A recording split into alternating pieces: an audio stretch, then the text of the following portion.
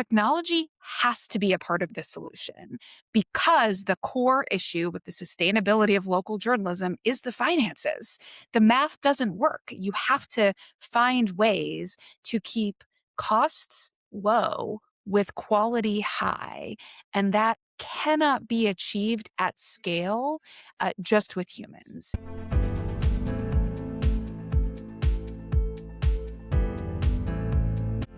Hi, welcome to the Media Copilot. It's a podcast about how AI is changing media, news, and communication. I'm your host, Pete Pachal. I covered tech for a long time as a journalist, and now I talk with the media leaders, the builders, and the creators trying to answer the question, how will we get information in the future? And how will that transform journalism and the business of media? Quick housekeeping note, if you're listening on Apple or Spotify, please leave a 5-star review and maybe a nice comment.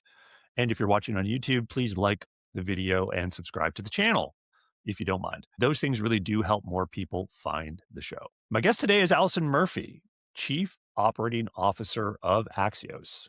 She runs Axios Local, which is one of the most interesting experiments in local journalism right now. It sits right at the intersection of three very important questions in media: whether local news can scale, whether small teams can produce high quality journalism that people want, and whether AI can help make that business work without weakening the product. Axios Local is already in dozens of cities, and it's expanding to many more this year. And more importantly, it's using AI in ways that are much more specific than the usual vague talk about efficiency or productivity. They've even given one of their tools a name, the Axiomizer. So today, I want to talk with Allison about how AI actually changes a local news operation, where Axios draws the line on AI use, and how we should judge whether or not this is all working. Should be a breeze. Allison Murphy, welcome to the Media Copilot. Thanks so much for having me, Pete. And I would like to say I did not come up with the name Axiomizer, so don't put that one on me. It was named by our journalists, and I know that it's a mouthful. So I think I might have mispronounced it. I probably left out one of the I's. I Axiomizer, mean, not that's, the yeah, there's a Axiomizer. lot of vowels in there. Yeah, I've got to inventory them all at some point. So listen, before we get into all of it, I want to dive into everything I just described, but I'd love to hear just a little bit more about you, your background, your role at Axios, so we can better understand where you're coming from. So who Of are you? course. Yeah. So I've spent about 15 years in media now. Began my media career at the New York Times, where I did a number of different roles, all focused on digital transformation. This is in the 2010s, when so much effort was going towards building a sustainable subscription and advertising business built on digital at the Times. So I had a fantastic time being part of creating new technology based solutions, thinking about the company as a whole, and then also working for a while on data and ad products that could be privacy first, and that really leaned into the relationship the Times had with readers. Uh, I was eager for new experiences and had always loved Axios as a reader. And so when Axios sold as a company and started thinking about its next phase of growth, they were looking for some seasoned operators, and I came in as the first kind of executive level operations leader and am now COO. And it's a fantastic job because I get to do a little bit of everything. I oversee some of our G&A functions. I really work at the center of the company to make sure everything we're doing is aligned between departments and newsroom, because at any media company, there is no excess anymore. You need every effort, every person, everything you do to be focused and to be oriented towards the things that will drive success. And most recently, of course, I oversee local and am now also, because of local and because of where Axios sees the future going, I'm also deeply engaged in what we're doing with AI enablement as a company, with our employees and how we work, but also the technology we're building that we think is going to enhance our journalism and how we serve readers, and how we build a great media business. Yeah, I like how you sort of phrased that. Honestly, how you talked about like not leaving anything on the table. It's almost like AI in a nutshell, right? It's like forcing Yes. this efficiency, especially in the media, where it's always been kind of a low margin business on not that's a broad brush I'm painting there. I realize, but it is But accurate. yeah. Yeah, definitely want to talk about the local stuff. Like, it seems that's good. Axios Local, it's a really interesting phase right now. Can you zero in on that a bit? Like, how do you define, like, what is the business trying to do? What's it sort of trying to prove over the next year or two as well? Because it's not just like business goals. It's like this deep unknown of AI, and like, is this going to work? So let's start at the top level. Absolutely. Like, what are you guys trying to prove over the next couple of years with respect to that? I think it's no surprise to anyone that local journalism is in decline, and decline is a gentle way of putting it. Mm, Full on free fall would be a more accurate description. And what we are trying to do is show that there is at least a model to bring profitable and sustainable business to hundreds of communities, thousands of communities around America.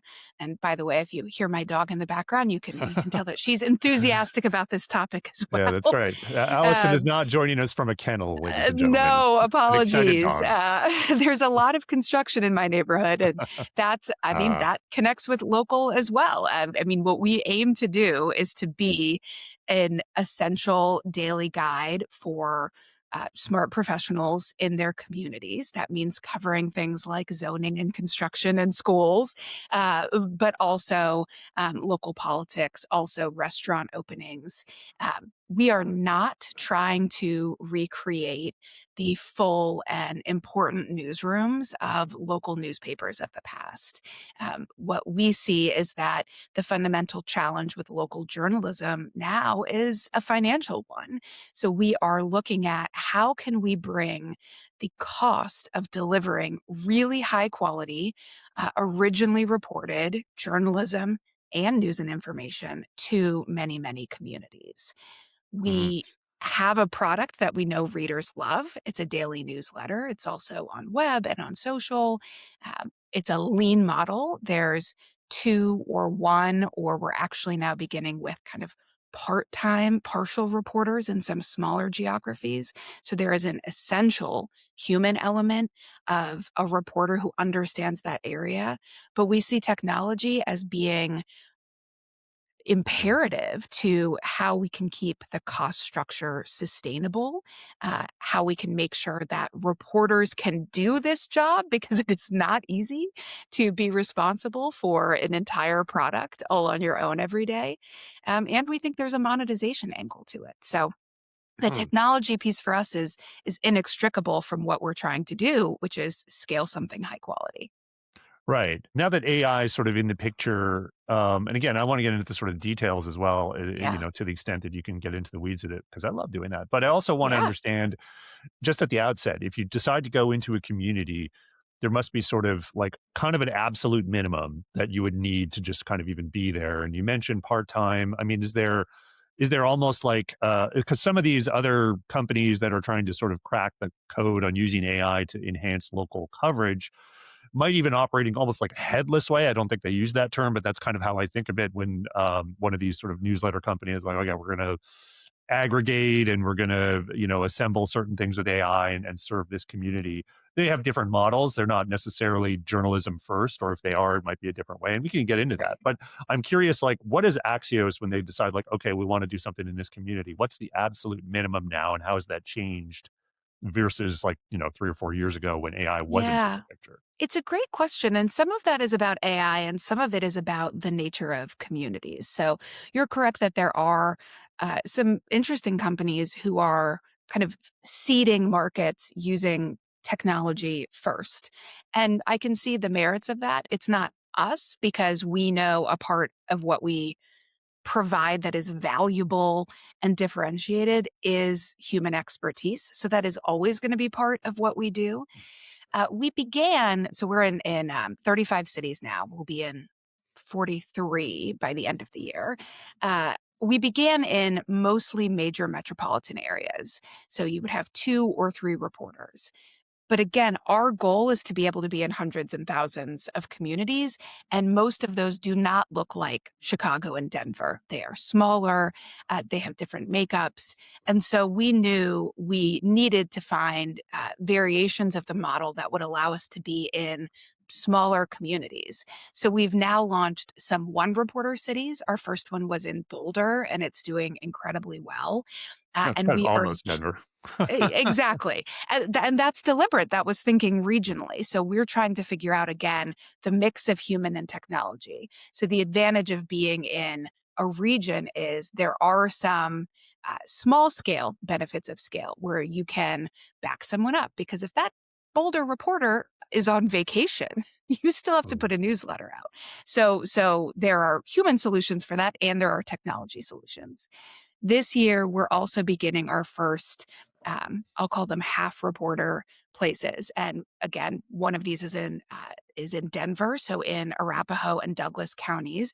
We've hired one reporter who will cover both of those counties. Those counties will have their own newsletters. It's not a combined newsletter. And we're beginning that as twice a week they'll get that newsletter. So it's not every day.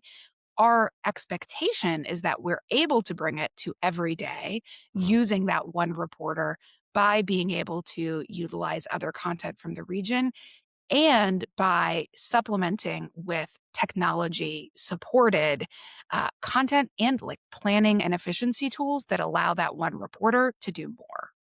So how do you, and this might even be even zoomed out a bit more, but like, how do you decide even to go into a community? What's the criteria? It seems like it's probably a mix of, well, like you mentioned, you're not looking to replace like the local, like the major local papers and that kind of thing.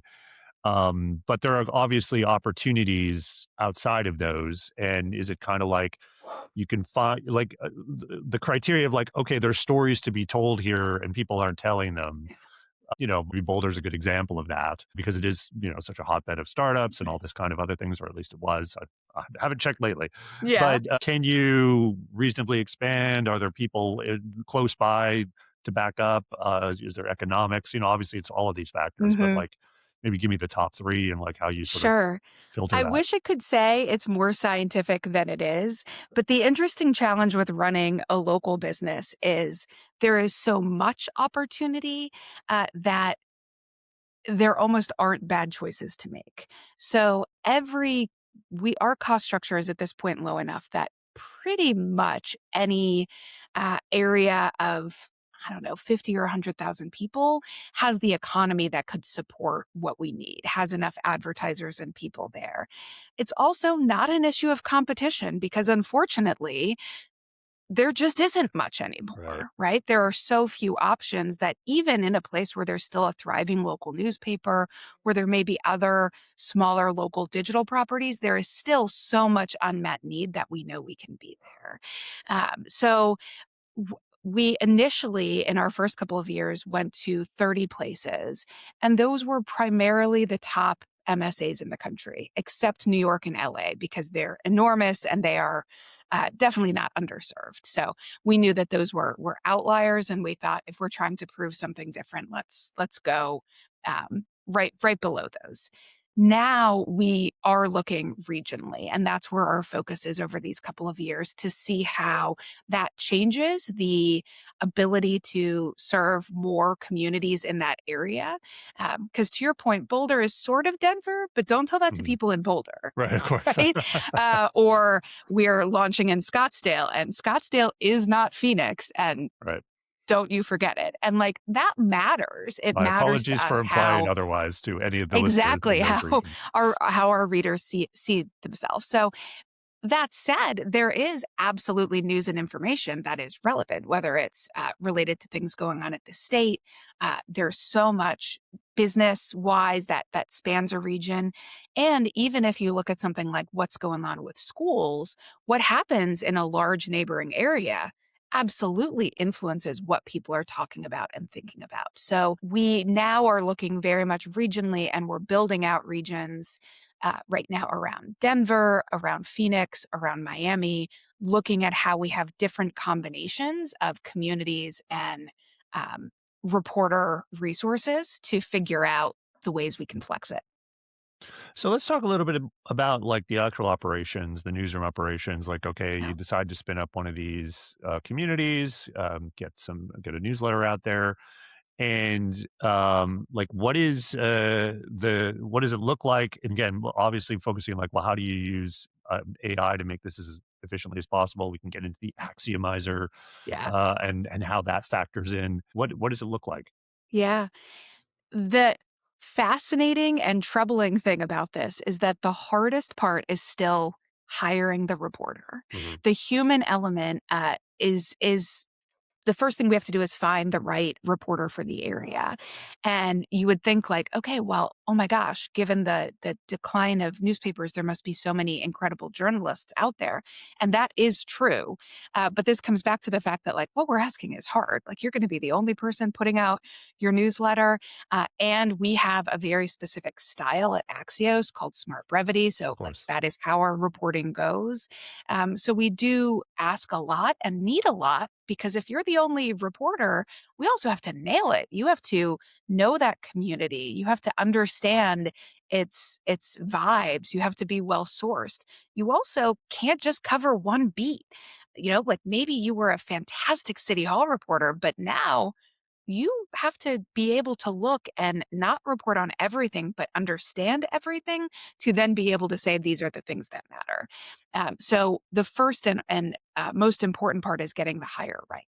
Technologically now, we can spin up a new newsletter basically with the push of a button. Newsletters have been part of Axios for a while, so that part's easy. What we're doing now is building different marketing technology that allows us to build out and scale audience quickly.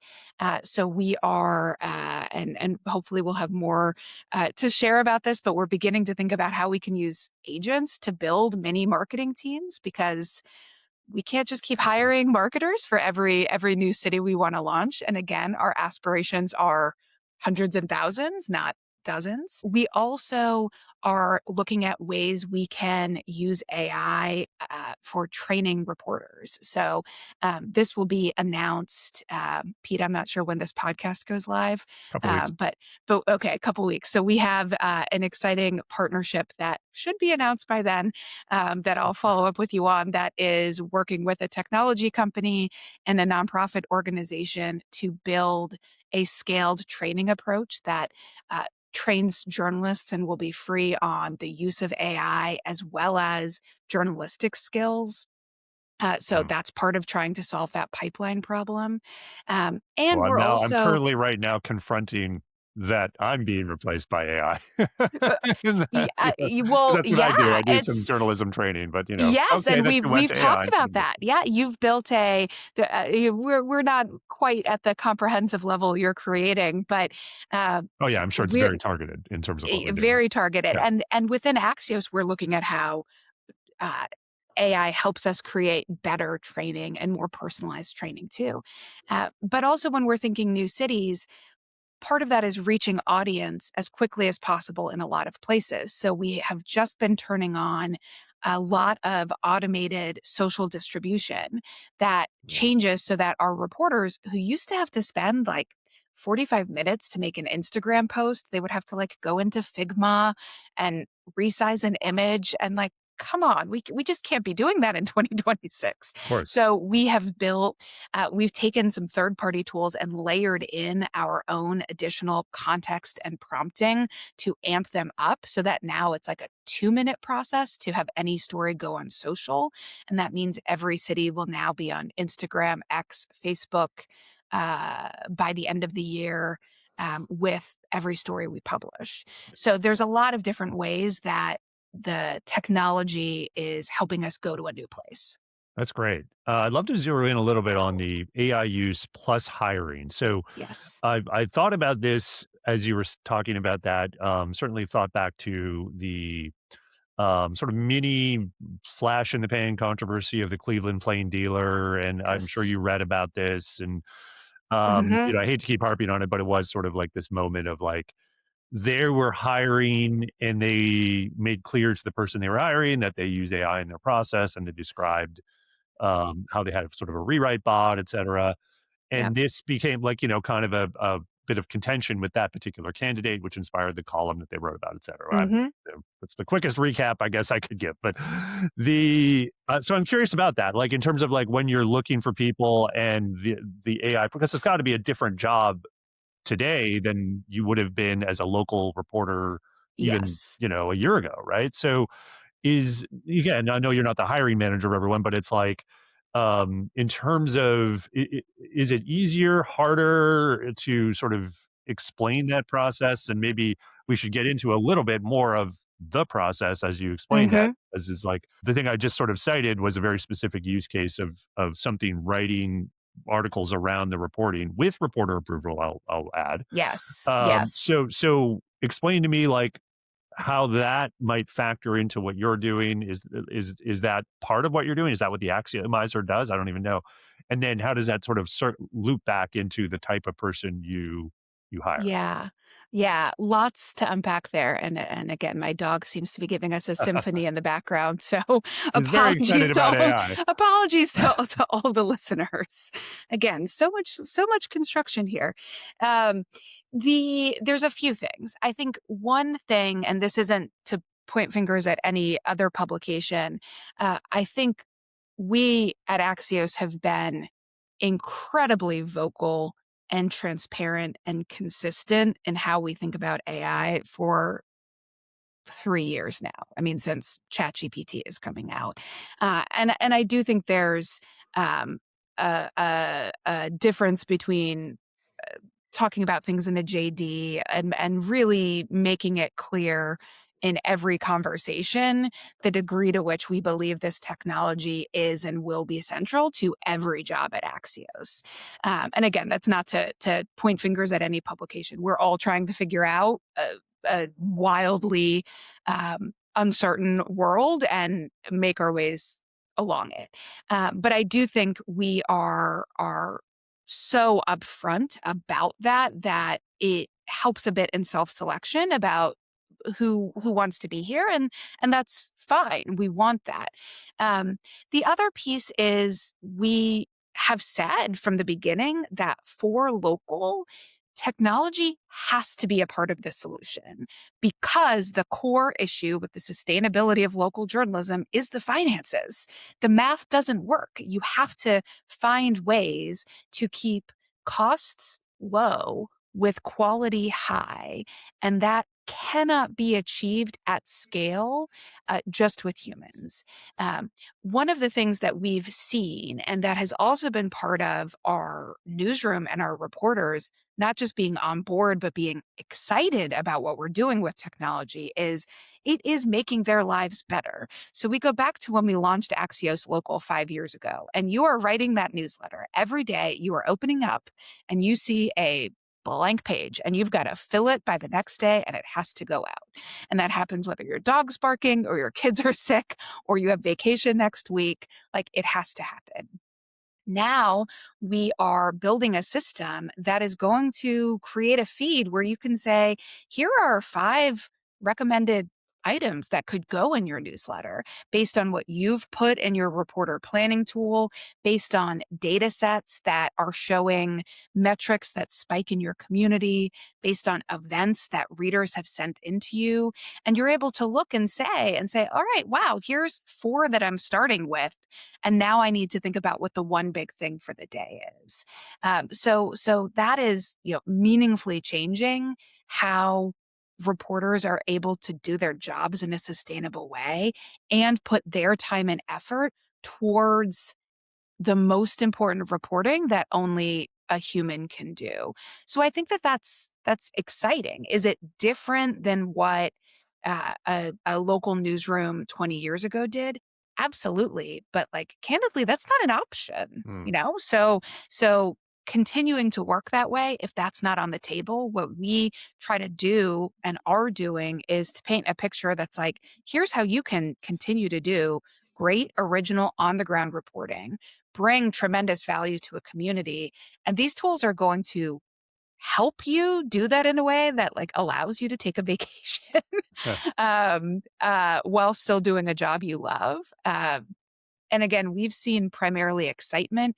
We have had we have ongoing AI projects that are led out of the newsroom. We have a local AI champions group who are Nice. building prompts, building tools.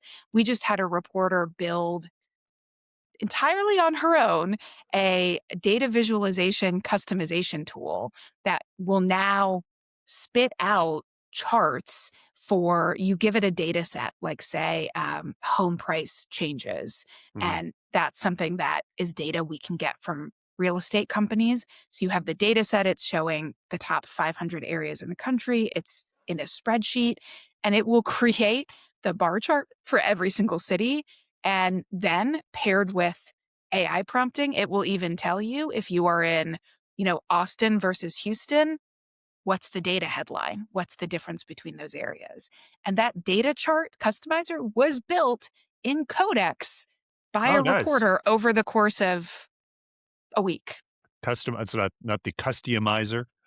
Oh, Um, right. We need a better name for it. Right now, we're just saying it yeah. makes we do have a localizer, so maybe Right. Right. maybe this will be the local visualizer. We got to work on the naming. Yeah. And I guess in Britain it would always be with S's instead of Z's. Exactly. But But we like our um, Z's, our well, Z's. that's cool. Like I'm glad you mentioned Codex, because I know Yeah. Axios, you guys have a licensing deal with OpenAI, and I believe as a part of that, usually most of these deals have sort of a trend, like you would also get access to Chat GPT and other Yes. OpenAI tools, right? And I'm just curious on terms of that deal. Like it sounds like it's convenient to, but may not necessarily required. Like you probably have other tools that you're using in your whole AI tool set, I assume. Yes. We use everything. We Mhm. do have a fantastic partnership with OpenAI, and that partnership has been critical to where we are now. First of all, they supported us going to more cities, which meant that we had new pure test beds for some of the things we wanted to try. But we also, a year and a half ago, were able to give enterprise access to every employee, which means we are farther ahead than certainly any media company I know. I mean, you tell me, Pete, you're expert on this, but we had every employee go through 101 and 102 and security training well over a year ago now. And we have 90% of our employee base using ChatGPT, on a weekly Nice. basis. So we also have amazingly a lot of tokens as part of that deal. And so in a lot of ways, when we're trying things out, we default to OpenAI tools because we know them as a company best. But we're trying everything, and we, absolutely we're trying Claude in different ways.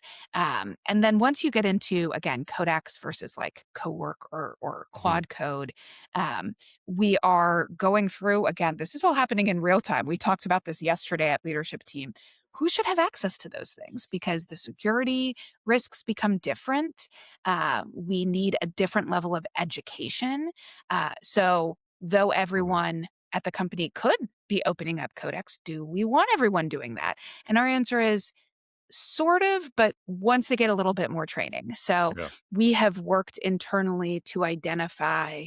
Yeah, well, good. I know. Okay. we My email is you public. may be getting a call because we have those needs, and you know better than anyone that like the industry can't keep up. Like Right. we've reached out to our tech partners and said, what do you have that helps us understand the specific security concerns for a newsroom and how we should think about that? And there isn't Right. anything yet. There will be, but there isn't now. And so we're creating certain things and looking for good partners. Yeah, Um, those agentic tools, you mentioned security and safeguards. Certainly, it's less about like who has access to it and more what the tool has access to exactly. and at what level. And that becomes a very complex thing when you're dealing with both direct connections to apps through APIs and MCP servers, as well as computer control, right? Which Exactly. could simulate a human. So it gets messy. Obviously, you can disable those and um, do go in baby steps, which I always recommend. But there's a certain amount of just increased convenience and efficiency versus increased risk, and it's always about minimizing that and Absolutely. balancing and And we've training. yeah. So And we've found, and we've got 400 or so people at Axios. So that's not a massive company. mhm, But it is big enough that this isn't easy. It's not easy anywhere. And we've found that segmenting employees, partly by self-selection, has really been the key. So even when we got OpenAI, we said we're looking to create a set of champions with people from each department who are excited about this. We had a bit of a problem because we had 100 people raise their hand to do that. So 25% of the I company, know some of which those was people. yeah, which was more than maybe what we wanted. So we ended up picking, 2 or 3 per every team of a certain size. Now we have also just organically seen builders and super builders emerge. Some are people you would expect, like where they see ways we can get more efficient. But we've just moved one of our employees who was a fantastic individual contributor on our finance team. She was doing such incredible work automating aspects of our financial processes and got so jazzed about it that we were like, we kind of need another person internally who is focused solely on employee enablement of AI. And she's just taken that on full time. So she has left her finance job and is now our internal AI trainer and enablement lead, and is working with other employees to help them say, how can you, in a self-serve way, solve some of the workflow problems you see? And that's another way that we're trying to kind of unleash a next layer of employees, is like with assistance, with someone who's trained, but also with someone who, isn't did this herself. Like Mhm. she has gone down this path and has figured out what it means for someone who doesn't have a technical background to go through a process of how you can use these tools to make your life and our business better. Sure, sure. So listen, just to clarify on the Yeah. bringing it back to the newsletters, particularly the local newsletters and the Axiomizer. So as you described it, there's a scanning, sort of media monitoring, beat monitoring, region monitoring aspect to it. Clearly figuring out what's going on in the community, summarizing and writing. Like, I want to just be clear, is the Yeah. tool writing copy that the reporter then approves for publishing, or is it just No, research that helps them write? that's not what the Axiomizer is doing Okay. now. Now we are building deeper technology that will create partial drafts, but Okay. not complete. And that's not in use yet. And that will never happen without it going through a reporter. Mhm. So it is not our intention to be creating content that just goes out having never Of seen the course. light Yeah, of and I day. didn't mean to imply Uh, that it no, was no, no, no. not It's approved or edited. It's your more that your is right it to is it specify. copy? Yeah. Your right to specify. And this is what we are very deliberately trying to understand where our boundaries are, both what Mm. they technically can be and what we think they should be, in terms of the brand promise and the trust we have with readers. So what our tools can do now is take drafts and copy that reporters have done and help really go through and identify ways you can make it more in Axios style, flag areas that maybe need fact checking, give recommendations on areas that can be stronger. So think about it as a really kind of souped up editor. Mhm. What we are also building, as I said, are ways that some of the drafting, at least, can be done in a more automated way. So where we're beginning with that is with what I called the Localizer. Again, we need the Mhm. names, but some of what our reporters do now is look to see what national stories could be relevant for their city, or what other cities are writing that could be relevant. Maybe that's just for a story idea, Mhm. or maybe it's something where 80% of it is pretty relevant as written. What the localizer can do is go in and say, okay, here's the story. And it can both flag and highlight and recommend copy that can make that story relevant for, again, let's say Boulder. So I used the real estate example. You're still going to have to go in. You would if you put that story out as is to a city, it would be really boring. It would be Mhm. like a statistic about home prices. So reporters are still the ones saying, okay, does this even matter for? I need to go do some sourcing. I need to talk to people in the industry. I need to talk to homeowners. I need to understand what turns this from a data set that says Austin instead of Houston into a piece of journalism that's worth reading. Mm, But rather than that reporter having to go uh, find the data set on home prices in Austin, build the chart, create the comparison to other Texas communities, mhm, that work can be done for them. And backing up, and this is kind of the next set of the technology, we can also push that to them if it's data we're managing centrally to say, Austin is spiking in this data. Because you know what? mm, If Austin's at the median, that's not that interesting. If Austin's in the top 10%, that's more interesting. So, how can we say to a reporter, all right, we've got 50 different data feeds, and in the updates from the last month, these 10 things, it looks like there's something going on in Austin. Those might be interesting charts, and we can do some of the initial drafting around the data. But like a machine's not going to tell you mm, whether a reader in Austin cares about something. A reporter who is mhm. of that community and understands it, or who can go and speak to members of the community because they are deeply sourced, can do those things. Do readers have any? Well, what's your experience with how do readers feel when it does come to AI? And I suppose that has to do a little bit with your disclosures and where you would even, because in terms of research and putting things together, I don't even know if you need to, right? And you tell me Right. if that's your policy. But are they mostly indifferent? Are they just kind of like, well, it's just good stories and I like the stories? Or Yeah. did he feel like they sort of, in my mind, about newsletters, but obviously AI also opens the possibility for other formats. So tell me how you're thinking of reader reaction and reader experiences. Great question. At this point, we still have so much deep reporter involvement that, again, we're using AI in the kind of planning and preparation. Right. But everything still is quite human. So, in terms of like reader response to us specifically, we haven't seen a whole lot of that yet. We do know because uh, our audience tends to be professionals, write about AI a lot. And among business and policy leaders, there is endless appetite to know what's going on. Now, what does that mean when you start to talk about AI in the content?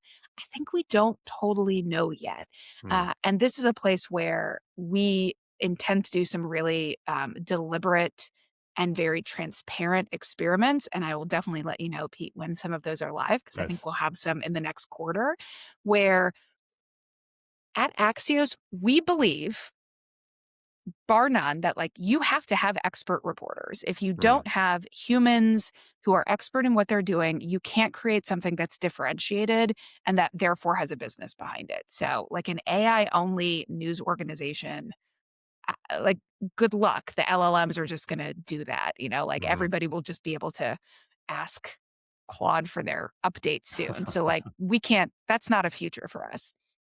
We So, also believe tech can help us serve more readers and help us bring news and information that otherwise maybe we couldn't to those mm, readers.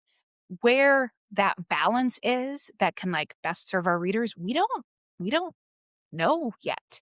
So the goal of some of the experiments we'll be doing will be to be in like very open dialogue with readers. So imagine a universe where we're saying, okay, we're going to do something different with AI. We're making this totally opt-in for you, reader. You're basically going to be the voluntary beta tester for some experiments with this. And we're going to really like reach out and hear from you about what you like and what you don't. And it's going to be incredibly transparent what we're doing because we're going to tell you. So mhm. Yeah. um, Well, and they can I see tell this, you, I guess, just by and they hitting can tell reply, right? us, right? Because at the end of the day, it's if the readers don't trust us and don't like what the product is, then we don't have anything. It doesn't matter how much we believe in Mm. AI. It matters how it's serving our readers. Well, But that like brings you, me we've seen. Oh, sorry. Go ahead. actually, I'm interested in what you're about to say. Like me, Yeah. you've seen what? Oh, well, we've all seen research about the tremendous skepticism and fear about Sure. AI writ large, Mhm, which I think is justifiable. But mhm, that is also talking about broad population on AI broadly. We mhm. have Yeah, a specific audience and a specific product. And I don't think those things necessarily yeah. go hand in hand. And I don't think it is enough for the industry to say, the industry meaning news, to say, well, people just don't trust AI, and to Mm, therefore step away from it. right. I think that is a path to nowhere. I do think we have to be responsible and transparent and be open to the places where we may get it wrong. And I don't ever want a reader to be surprised by something that's in front of them and how it got there. So we're being Right. very, very rigorous in that. And one of the things that we think is going to help us be smart is, again, some very structured experiments that are opt in and that have a high degree of reader feedback, like baked in, to help us get smarter on what our audience wants and how, specifically for Axios, we can or can't or should or shouldn't be using certain tooling. Nice. Well, speaking of roads to Yeah. places, let's think about a road to somewhere and sort of deliver on what I promised at the outset. Give us the snapshot. How are you going to know this is all working beyond the obvious? Yeah. Yeah. Uh, a few different things. One, we already know some things are working because when we look at individual tools, like I talked about the social automation, it is incredibly apparent the difference between 45 minutes and 2 minutes to create a post. So when we look at individual tools, we look to say, wow, is this an order of magnitude better? Um, the next step and the next thing we're looking for is, I mentioned these one reporter and half reporter cities. Are we able to create a good product with where we are now? And are we able to then increase the number of sends, go from a twice a week to 3 to 4 to 5 times a week newsletter by bringing in more technology? So that's a thing we're looking at. Uh, Most of these experiments are existing on a project level, and we believe we need to do lots of them.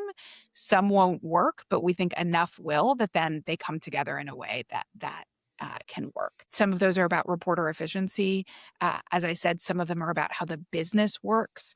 I mentioned we're on the very early stages of thinking about how agents can help scale marketing. We're also building some very cool sales tools that do automated like prospecting and can create custom ads to send out kind of on spec to potential clients. So on the business side, we're absolutely building those too. So for every project, we're looking at what are the gains we're getting. And Mhm. then we know for local, for instance, we know the economics of how much we think a city can cost and what the revenue ramp looks like. And as those numbers come Mhm. into balance, we're going to keep adding cities. Nice. So you'll know it's working when you see us announcing more and more places. So I try to close out these conversations in a similar way most times, and I obviously want to keep things forward looking. You're looking out into an AI mediated, ecosystem that's happening in the next few years. When you look out at that, like, what are you concerned about? Give me one thing you're concerned about, and what's one thing you're really hopeful about? I'll try to keep it focused to, again, news and media, Mm. because otherwise this becomes a big Yeah. conversation. Uh, what what concerns me is the pace of change. And that's for a couple of reasons. One is I think a lot of news organizations simply don't have the cash in hand to weather the speed at which changes are happening. And so I think we're going to see a lot of organizations that might be quite strong or are differentiated and are doing good work that maybe just like can't get through the survival curve as we move from a programmatic volume traffic based business into something different. So that the speed of that concerns me. I also wonder about like audience discovery and growth. How are new people going to find us? And that's not just a media question, that's a question for every brand. And again, goes back to kind of a cash question of like, if the only way to acquire audiences will be by paying for them on other platforms, like that takes money in an already margin Mm. thin business. So those things are concerning to me from a business model standpoint from the industry. What excites me is I think the ability of readers to get more news and information will probably increase. Like there's just more ways. Like right now, I think we're all inundated with information, but a lot of it is just not that good. So I think that this is AI gives more tools for people to get the kind of information they need and want, and that also will help news organizations do the same internally. It's going to help us figure out more about what our readers need and want and bring it to them. And for local, like we are already seeing this, the ability to bring costs way, way down. I mean, we are absolutely on the cusp of a financial place where the only cost of a new city is a reporter and then some small portion of like sales and marketing capability. And that is incredibly exciting if you think about being able to have skilled, trained journalists in, every community in America. Nice. Good stuff. We'll leave it there. Allison Murphy, Yeah. thank you so much for dropping by and sharing with us what's going on at Axios and Axios Local. Thanks for having me. Thanks for listening to my conversation with Allison Murphy. The Media Copilot is a podcast, so please follow us or subscribe on the platform you're listening to us on. If you're on Spotify or Apple, please leave a 5-star review and a note about what you like. And if you're on YouTube, please like the video and subscribe to the channel. All those things really do help the show because they put the podcast in front of more people. The Media Copilot is produced by Muso Media. Look for their link in the show notes, and don't forget to subscribe to the Media Copilot newsletter as well. Thanks again for being here. Seeing you in the future.